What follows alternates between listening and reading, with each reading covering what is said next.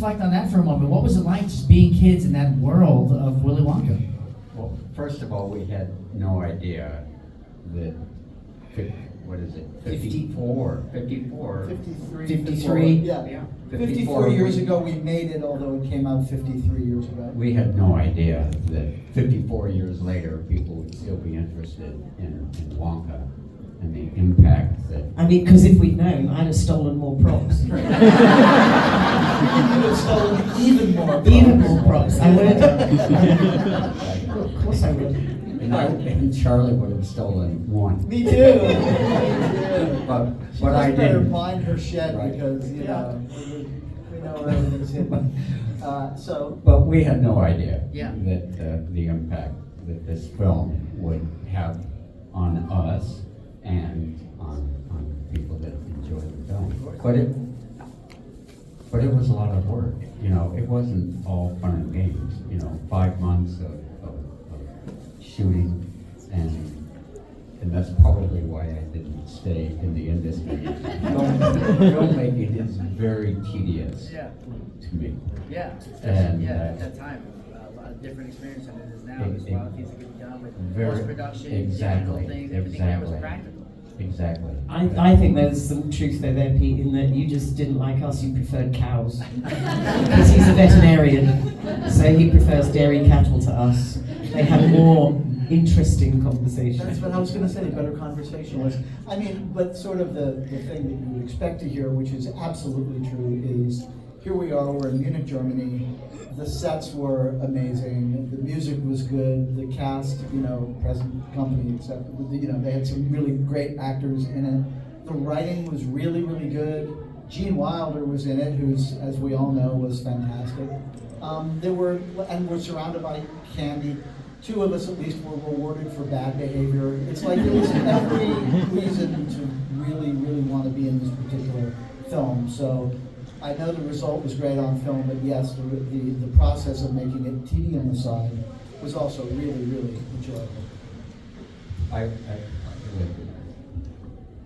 also say that probably, aside from making the film, which worked, yes, but very cool, but as a 12-year-old kid moving to Germany from Cleveland, Ohio, okay, you've got to go to Munich, Germany to make a film, and that experience, I felt like a AFS student going to school in Germany for that period of time. What a cool. And we were all 12 years old. Well, you were 10, Yeah, I 11. was 11, and they were 12, turning 13. Yeah. What an age, it opened my eyes to a lot of different things. Yeah, I bet. A lot of culture. Absolutely. The food. Beer. Beer. I always remember we went to the Oktoberfest at one point. I always remember the baby that had beer in its bottle.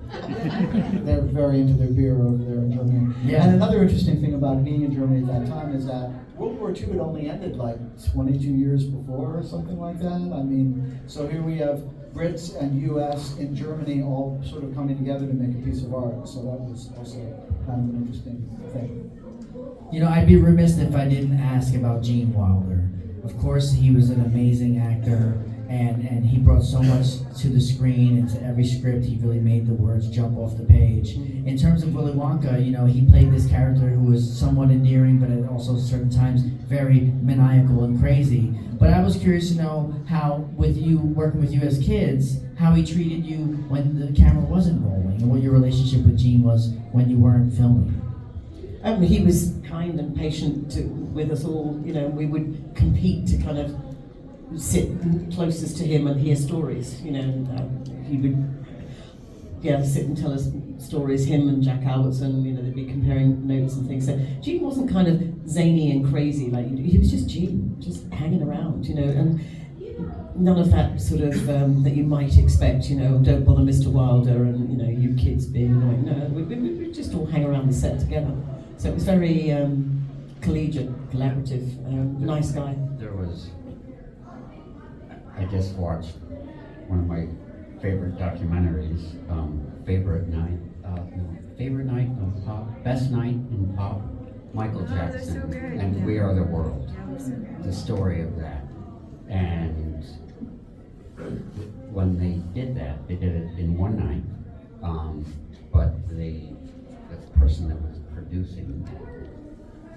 when they came into the studio, had a big sign up at the top that said, "Check your egos in the door." There weren't any egos on this film at all. Jack, Gene, we didn't have egos. No, but, couldn't spell it. But all the other actors and actresses, everybody, they were normal people. Yeah. You know, good And also, don't forget, we were 12. Gene's career hadn't quite taken off at Getting that ready, point. getting It was ready. on the launch pad, but it quite hadn't gone. And a lot of the movies that he'd done were more adult movies, grown-up movies, not kids' movies. So we wouldn't have seen them. So I wasn't aware of who he was. Certainly not as a Brit, anyway. So right after Wonka, then his collaboration with Richard Pryor and Mel Brooks, and his career just went through Skyrocketed. I mean, in terms of ego, I think the closest person on set to maybe who would have had an ego thing would have been the director, Mel Stewart.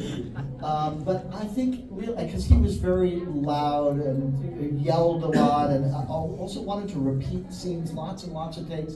I did one that was 46 takes. I think you were one that was more than that, or, So it was that kind of a thing. But even in his case, I'm not so sure it was ego so much as service to the piece. He was really trying to make a good movie, and he was going to do whatever it took to get everybody to make that happen. Yeah. But he would maybe have been the closest person to it, where you might use the word ego. So there's some. Can I fill you in on the bit that you may not know, because we didn't know this until a year or so ago. So you will know that Roald Dahl, who was a difficult man, who wrote the great book, not such a great screenplay maybe, and he walked off the set. He didn't get on with Mel Stewart. There's been a lot written about their relationship, so I'm not going into all that. But there we were in Germany in production, and they didn't have a screenwriter to do all the rewrites. So yeah, we were in trouble. We could have been in trouble. We didn't know. We didn't know this. Wow, yeah. Mel We didn't knew know we this. were in trouble. Right. Yeah, and they're like, oh my God, we've got no screenwriter. So Mel Stewart had done documentaries before, and he'd done one movie, but his documentary writer was a guy called David Seltzer that had written stuff with him about insects or something, I seem to recall it was. David Seltzer wanted to be a screenwriter, and he kept sort of saying, and Mel's going, you can't be a screenwriter, you're writing documentaries, shut up.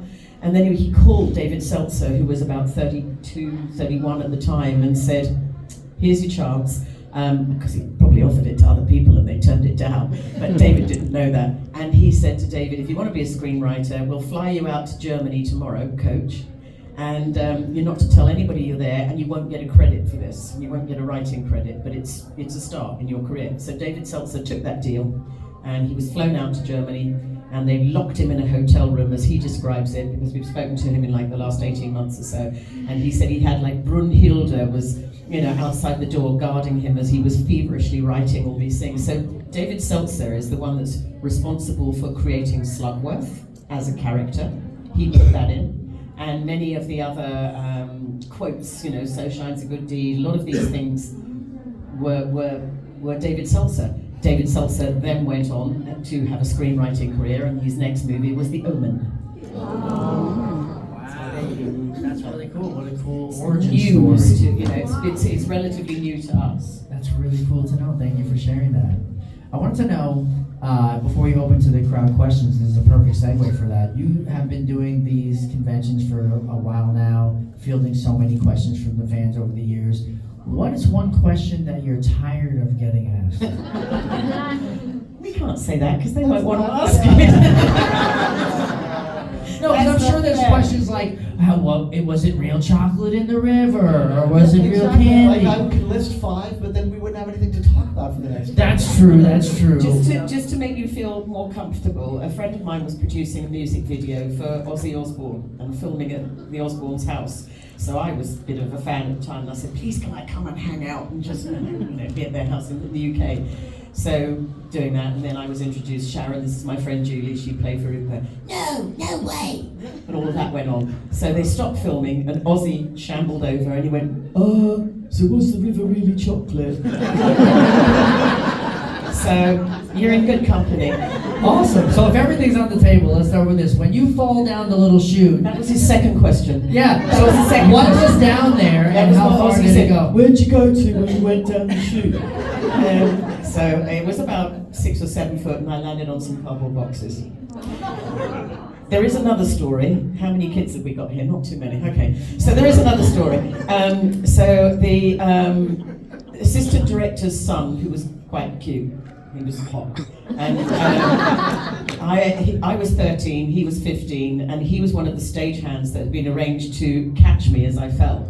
So, ladies, if you're wearing a skirt, and that's all I'm thinking, is thinking, oh my God, he's going to see my underwear. That was it. So I kept my arms firmly by my side. I didn't want a Marilyn Monroe moment. There's also quite the talk online over the years about Grandpa Joe and how he's just so excited to get out of bed when it comes time to, get the ticket, but he's just so lazy, Grandpa Joe. But also, there's a lot of, this might be a little controversial, but what's up with Grandpa Joe's fingernail? Yeah, I'm sure you've heard that a million look, times. Again, and we're back to Julie because she's the Grandpa Joe hidden specialist. Yeah. Okay. I just want to say, before she launches into it, that Jack Albertson, who played Grandpa Joe, was literally the nicest guy on the set, okay? He was fantastic, lovely, spent time with us, just saltily, awesome guy, okay? Now, But as a character, I mean, really, that guy laid in bed, there's poor Mrs. Bucket. Charlie, I'm sorry, I don't have any time for Charlie because Charlie should have taken his mother. He should have done. She does all the work and he takes Grandpa Joe and he doesn't even buy his mother a lipstick. I mean, that's just shocking. Yeah, so he's spending that money on tobacco. How does he get out of bed to go and get that tobacco? I ask you, there's some nocturnal stuff going on there. I don't know. And 4 people in a bed. What do you have to say for yourself, Peter? Why didn't you take Mom? Come on, make it good. Make it good. She had to work, Peter. I got you. She had to work. Right, yeah. Take care of the family. Yeah, she had to stay there. Yeah. She's a single mom and you, oh Fill a God. chocolate bar and he's leaving out of bed. Absolutely. Yeah, the nails, I don't know if 5 months I had to listen to this. Somebody zoomed in on the internet and saw that for some reason his left pinky nail is this long, and they're like, ah. So you look places and you're gonna find what you're looking for, right? It's one of those things. You want to find dirt on Grandpa Joe, you're gonna find it. You're gonna make it yourself. So But Paris, it's great to hear finally someone dispel the rumors and actually talk something nice about the actor who played him. He was awesome. Jack Albertson was fantastic. Awesome. Put that on your Facebook page. Yeah. Post that video to your YouTube. That's the stories that we want to hear. Yeah. All right, let's get some questions from the audience because